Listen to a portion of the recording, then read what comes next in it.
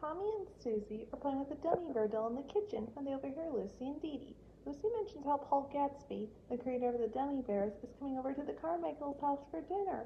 Susie lamentably explains to Tommy that the Dummy Bear Man promoted Randy and bought them their current house after enjoying their dinner in company. With this new dinner, they may have to move again if things go as well as before, and she'll risk never seeing Tommy and the other rugrats again.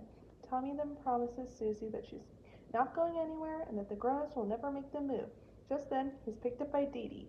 Tommy then cries at the thought of not seeing Susie again as he's carried out of the kitchen, while Susie just sadly waves goodbye. Back at the Pickles house, an excited Stu calls Chaz about Paul Gadsby's visit and how he and the DeVilles hope to meet him. Dee Dee points out that Lucy didn't invite them, but Stu stubbornly disregards her. Meanwhile, Tommy and the others are trying to come up with a surefire way to keep Susie from moving. And suddenly, Drew stops with Angelica. Angelica is paraded around in one of many dummy bear costumes made by Stu in his workshop and sold by Drew, with the profits split down the middle. Drew gets a bit more because he thought of it. Stu takes the other parents down to the workshop while the babies wonder if it's actually Angelica in costume, to which she sarcastically replies, "It's a real-life dummy bear from Dummy Bear Land." The babies, of course, believe this, and Angelica angrily says that it is her, while saying there is going to be trouble if they say anything else about what she's wearing. The babies inadvertently mock Angelica's outfit, to which she explains her hatred of wearing it and her plan to get back at Drew by ruining the dinner. Tommy at first warns her not to wreck the dinner, but then remembers the issue with Susie and has an idea. Tommy then explains that if the dinner is ruined, the Dummy Bear Man will be mad and won't buy Susie's family a new house, which will force them to move. The others are on board with the plan, while confused Angelica replies, "Did I miss something?" Later that evening, Stu, Drew, the DeVilles, Chaz, and the kids are headed over to the Carmichaels, with Drew hyping up Stu, who is about to meet his idol. Stu nervously says he's not ready to plan a dramatic entrance, as he's been waiting his whole life to meet Paul. Betty, annoyed by Stu's shyness, says she didn't come all the way to stand outside and sniff the rhododendrons as she pulls out a set of dummy bear earmuffs for her and her family. Finally ring the doorbell, to which Lucy answers and says she's surprised to see them all. Betty replies that they were in the neighborhood and decided to barge in. Lucy politely mentions that they are in the middle of dinner, but Betty says they'd love to join, and she invites themselves. At the dining table, Paul is eating while Randy proposes his new script for a Dummy Bear episode, to which Paul says, "Sounds remarkably like the last 4 ideas I rejected." The group then enters, which catches Randy and Paul off guard, and excitedly start introducing themselves to Paul, who then asks Randy if he should know these people. Randy nervously tries to call for Lucy as Drew starts showing off the Dummy Bear costume Angelica is wearing. Drew tells Angelica to say hi to Uncle Paul, to which she says, "My daddy says your show is the biggest gravy train in town." This confuses and annoys Paul. Drew then tells Angelica to go with her friends while her networks. With Drew continually bugging Paul about Dummy Bear merchandise ideas, Randy continues to unwillingly call out for Lucy to come into the dining room. In the living room, Tommy reviews the plan with the others, when suddenly a sad Susie comes in with a bag packed with toys. She says that she'll miss everyone, including Angelica, to whom she gives her Malibu Cynthia beach house. Tommy then tries to let Susie in on the plan before being interrupted by Angelica, who thinks Susie should move so she can keep the beach house. Susie mentions it's too bad she's moving, but she recently got a new Malibu Cynthia road racer, which she and Angelica would have been able to play with together. Angelica then changes her mind and tells Susie that she doesn't have to move, to which her relieved Susie takes back her beach house, much to Angelica's dismay. Tommy then brings Susie and the others into the kitchen to discuss their plan, Angelica taking credit for coming up with it. Back in the dining room, the girls continue to annoy Paul with their rapid obsession with the dummy bears. Betty goes on to say she can do a mean impression of Looney Bear. Paul's about to object, but then she acts out the line, "I'm Looney Bear, here to save Dummy Bear Land from Mr. Gloom." Randy is mortified at the antics of his neighbors and buries his head in the table. Susie and Tommy observe the dinner and see that the grown-ups are just talking. Tommy is hopeful that the Dummy Bear Man is not having fun, but Susie argues that the grown-ups love that boring stuff. Meanwhile, Angelica shows she'll handle everything with her turkey surprise. which consists of 2 full bottles of Volcano brand hot sauce. Angelica then spreads the scalding sauce on the slices of pheasant and mutters, "Now the fan starts." Lucy then takes the pheasant, not knowing it's laced, into the dining room, where Drew continues to bore Paul with his sales projections. Lucy then offers Paul a slice soaked with the sizzling sauce. The kids watch as Paul eats the pheasant in one bite, hoping it will burn him and ruin the experience. To their surprise, Paul actually enjoyed it, as he states, "Well, at least the food's good." Angelica is at a loss that her plan didn't work, and Susie wonders if she still has to move away. Angelica reassures Susie that she is not moving, as she is just getting started. As the dinner continues, Chaz goes on to mention how he couldn't sleep for days when he first saw Happy Bear get taken by the taxidermist. Paul wonders if Chaz has spoken to his psychiatrist about this, but Chaz, in a melancholy manner, says that the psychiatrist didn't understand. Randy then harshly tells Lucy that they should check on the scalloped potatoes. Lucy points out they're already on the table, but Randy frustratingly says they need to check the other scalloped potatoes in the kitchen right away. As they leave, Chaz unworryingly asks Paul, "You never let anything bad happen to Happy Bear, would you?" Paul, of course, doesn't respond and just rests his hand on his head. In the kitchen, Randy vents to Lucy, saying that dinner is a disaster and he may never work in the business again, saying thanks to her nutty neighbors. Lucy says not to blame her, that she only let them in because they were in the neighborhood. Randy then exclaims, "Of course they were in the neighborhood. They're our neighbors." Back in the dining room, Betty starts to sing a happy song, while the kids get ready for the next planned room dinner. Angelica instructs them to pull the tablecloth, but unfortunately they all pull both sides and don't move it. Susie says it's no use and that the plan will never work. With Lil doubting Angelica's expertise at ruining dinners, Angelica then angrily says she's an expert and goes on to pull the tablecloth herself. Unfortunately for her, everything on the table remains, and she says that she has one more idea left.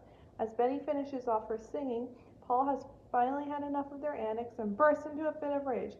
He angrily exclaims, "What is wrong with you people? Don't you have any real lives outside this mindless cartoon?" A shocked Betty retorts that she thought he would want to hear from a few of his fans, to which Paul shouts that he doesn't. Chaz, in disbelief, mutters, "How can the creator of Happy Bear be so cruel?" Paul finally shouts for Randy to come out of the kitchen, to which Randy walks out and tries to explain everything. Angelica then grabs 2 handfuls of food and utters, "Now, if this one doesn't work, then I quit." She balls up the food and proceeds to hurl it at Paul's face, which in turn reveals and knocks off his toupee, having it land into a bowl of soup. Randy frantically apologizes and offers to fish the toupee out, only for Paul to calmly and quietly get it on himself. Paul's expression then shifts from angry to happy as he grabs some food himself and throws it at Drew's chest. Paul is now laughing hysterically as food fight erupts. Everyone except for Randy joins in on the action. Lucy comes out on the kitchen with more food, only has some thrown at her. She retreats back into the kitchen. Paul then exclaims how much fun he's having and thinks Randy was behind everything. He goes on to say that Randy's a comedy genius. The kids observe the food fight in the corner and wonder what's going on now.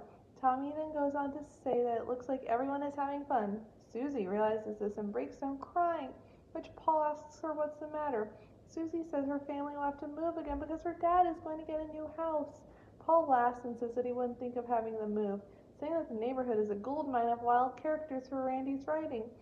Paul then happily invites the kids and their parents to take a tour of the Dummi Bear studio.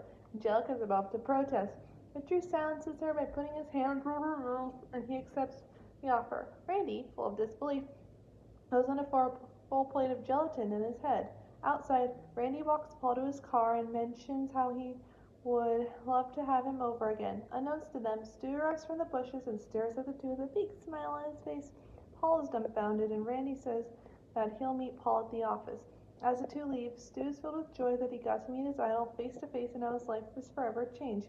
Back inside, Tommy exclaims, "We did it!" as Susie says how grateful she is to have friends like them. Angelica, brushing off, just tells Susie to get her Malibu Cynthia road racer. Unknown to her is a piece of remaining food from the ceiling, which falls directly on top of Angelica's head, immediately causing her to cry out, "Daddy!" Late at night, in the DeVille house, Lil makes her way through the parents' home office/gym. Before she can reach the desk, Betty catches Lil and brings her back to her crib. Betty confuses Lil for Phil and tells her to behave like his sister. After Betty leaves, Lil tells Phil that she does not get what she was looking for, and that Betty mixes them up again. Twins are angry at how often this happens. The following day, Betty brings the twins to the Pickles' house and vents to Dee Dee about Phil escaping his crib. In the playpen, Tommy and Chuckie ask the twins how they are doing, if they would both like to play. Phil and Lil curtly tell the other babies that they should be spoken separately instead of as a pair. Tommy and Chuckie try and abide by this, but the whole group has trouble keeping the twins separate. Tommy suggests that to be really different, but they shouldn't act like someone different. Lil decides to emulate someone who is confident and born leader, Angelica. Phil is glad about this idea and chooses someone who's intelligent and careful for his next steps, Chuckie. Later, Angelica comes to visit. Tommy and Chuckie explain what the twins are doing, and Angelica is pleased that Lil wants to be like her. Angelica tries talking to Lil, but Lil shoves her aside and insults her. Phil clings to Chuckie, afraid. Chuckie is a little annoyed since nothing scary has happened yet. Lil rummages through the toy box and declares that all the toys are boring and orders everyone to listen to her. She tells them that they are going on a secret mission. The group is going to go next door to the DeVille house and break into the office. Phil protests this since they aren't allowed to leave the playpen, let alone in the house. After Lil threatens to going, Chuckie declares that now is the right time to be scared. The group makes their way through a hole in the fence and into the DeVille house. They enter the office and wake up to the desk. Lil finds that the desk drawer is locked, and Phil tries a Chuckie-esque excuse to leave. Chuckie tells him to stop being a baby. Lil finds the key and unlocks the drawer, but it's still stuck. She orders Angelica to help her. Angelica demands to know why she should continue taking orders from Lil. Lil just shouts, "Because I said so!" And this convinces Angelica to yank the drawer open. Lil starts rummaging through it and pulls out her prize, Howard's fancy calculator. She tells the group she's going to throw it into a mud puddle. Phil's excited about this, but Chuckie tells him they normally wouldn't find the situation neat. Phil corrects himself and tries to dissuade Lil. Lil says she needs to do this and no one will get her, and Phil mixed up again. The group heads back outside, but Tommy falls onto the ground. Lil goes to help him up, but Angelica chides her for doing so.